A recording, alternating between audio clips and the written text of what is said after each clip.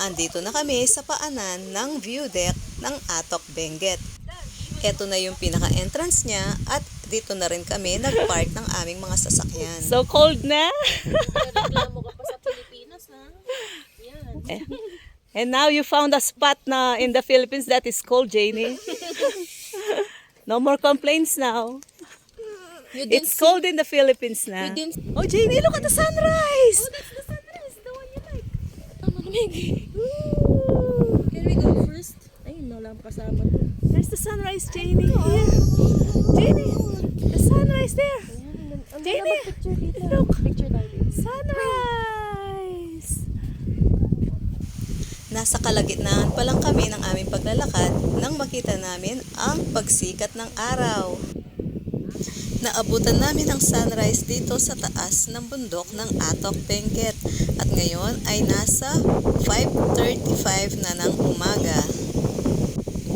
Napakaganda at napakaliwanag ng araw. Ang saya-saya. At tuloy-tuloy pa rin ang aming paglalakad. It's very nice. So look at the flowers.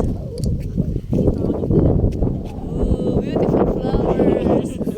Ayaw ko pa din dalhin to. Meron pa isang long sleeves. Napakalamig at napakalakas ng hangin habang kami ay papanik sa view deck ng Atok Benguet. Wow, look at the flowers. Dahil first time kong pumanhik dito sa Atok Benguet, ay manghang-mangha ako sa ganda ng mga bulaklak na aming nadadaanan. Napakaganda ng paligid, kaya kahit na medyo mataas na ang aming naakyat, ay hindi namin ramdam ang pagod. Pagkus kami ay nag-e-enjoy sa view na napakaganda. Medyo makitid lang ang daan papanik dito sa view deck ng Atok Benguet at konting kembot mo lang at bangin na ang iyong makikita. Kaya medyo hinay-hinay lang at konting ingat sa paglalakad. Ma, pag nahulog ka dyan, gugulong ka hanggang sa baba. Napakaganda ng mga bulaklak ng mga nadadaanan namin. Kaya wala akong pinapalampas na hindi kunan ito. At ayan pa si Haring Araw at napakaganda ng sinag nito.